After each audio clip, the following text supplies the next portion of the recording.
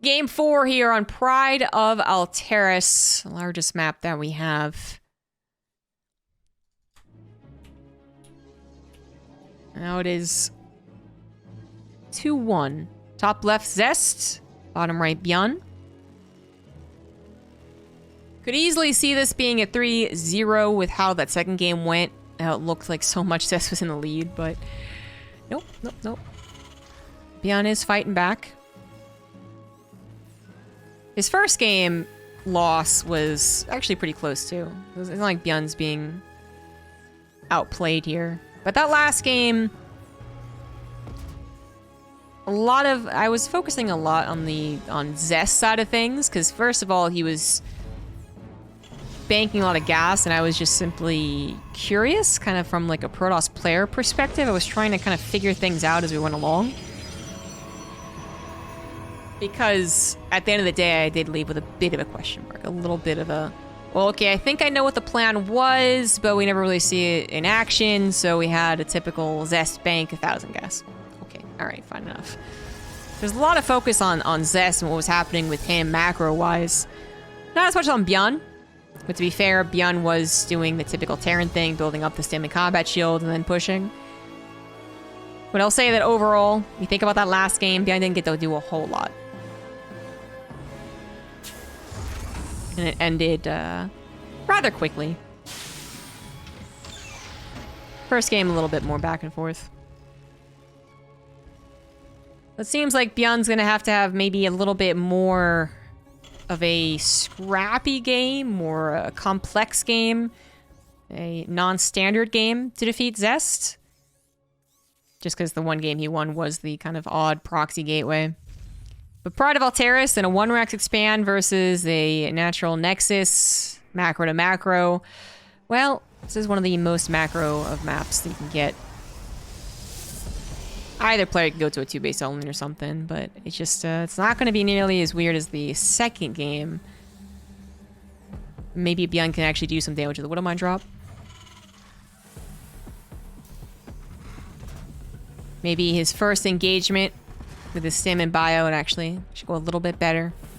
Tons of things can still happen, but I feel it for ZEST. I said that in the first game. I think ZEST wins the best of 5.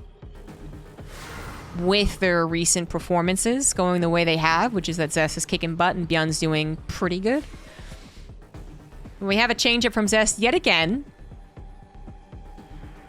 Not aggressive, just going for a Twilight Council instead of a Stargate, so right in a blink. This is what I personally know ZEST for. This is, for me, always going to be what you pair up the images with, you know?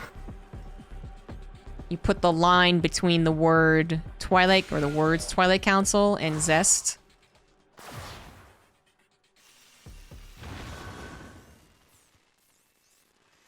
But Stargate really is seemingly become more popular, so it's just a kind of a special treat right now in the current meta, I suppose. There's a lot of chronos going into it. I mean, just not even a lot, it was just 2, but just the timing of it was perfect, jeez. And then what do we have as far as the units out? Just went to the Adept and the Stalker. Sometimes ZEST in the past, I'm talking years ago, would actually open Stalker, Stalker, Stalker, and then lead into more Stalkers. Understandably so. But no, Adept is the kind of all-rounder. Good harassment, good scouting. Can still help on the defense. And it was, again, a no probe scout. Or a late probe scout, either one. But fortunately, it saw a command center, so no shenanigans. Now, it is just 2 gateways, so a Nexus will be coming down. No 4-gate blink here. It's not a very good map for it anyways.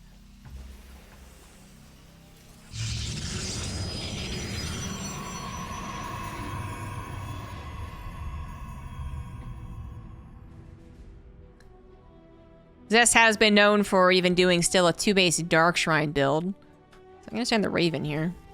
BYUN has decided to use his medevac just for scouting purposes. It's a little bit of a fake. Might have hoped that the probes had been pulled there, but it wasn't. And it didn't even really get that much scouting done. It does see a 3rd Nexus. It could see the gases. But with the way the last game played out, I can't even give much credit to the gas scouting. Because it just was... It didn't line up exactly with what you would expect from gases being taken. Which again, usually when you take the 3 and 4th gases, it goes either into Colossus or into maybe Templar Archives and Archons. We already saw that. Looks like the Stalkers tried to tango with Marines, but didn't go super, super well. Oh, well enough, actually. Okay, yeah, the Stalkers take damage, but none of them die. So, okay, perfect game. Perfect game. No sweat. Medevac is once again going to head into the main base. This is going to be a lot more of an obvious scout. Literally into the main. Literally seeing all the structures. Literally seeing the gateways. It is a funky use of a medevac. And you might be looking at that and saying, oh, that's a brilliant idea. Why doesn't everyone do that? And it's like, well, at the end of the day, if the medevac's not doing anything but scouting, you could have just done something else with the starboard. But then you could also argue, well, a medevac's always useful, and if it lives, then what's the harm? Okay, well, fair enough. There's Templar Archives. So this is like the first game. Right, where these gases could have added on the Robotics Bay, the Colossus, slow build up with Blink Stalkers and Colossus, so on and so forth. Charge Templar Archives. So we'll see if he even does like the exact same thing, which is add on the Proxy Gateway or 2. He's done that before. I was gonna say that Observer is pretty... should be pretty obvious. I'm glad he scanned it. That was way too much information to be given. ZEST still determined to make the most out of his very small number of Stalkers, so he loses 2.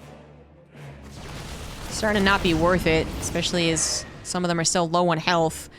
He is now building up the Stalker count at home, but very, like, notably, he took a while to build from his gateways. He was using all of his cash to afford all this production, all this infrastructure. And now is hopefully the proper time to use it and burst forth with units. But you know what? He might be a little bit late. Charge finishes, but the Zealots aren't here. The shield battery is popped, and it's still apparently going to be useful. I actually didn't think that BYUN was going to run into it. It seemed like it was early, but it's all right. And the anti-armor missile from behind. And I think it's not going to be enough. It's a decent number of Stalkers. The Immortal comes in to try and help out as well, but no buffer and no overcharged shield battery means that this probably just gets slaughtered by the bio. And absolutely that's what happens. This was so easy for BYUN. First push gets the win. That's what you would like to see. That's how you like to win games, isn't it? But ZEST, you know, I actually think his gateways might have been a little bit late. Or his lack of consistent warp-ins ended up biting him in the butt. He didn't warp in for a bit too long. So you do stop warping in to afford technology, transitions, production. But you have to really play the balancing act of doing that and then still being able to build up enough if the attack comes a little bit sooner. And I think it was just really that problem. The gateways weren't done, so he couldn't add the Stalkers, then a healthy number of Zealots. So he added the Stalkers, then engaged, and the Stalkers do get ripped apart by bio unless they're in truly good numbers, which they were not. GG. Going to game 5 real quick.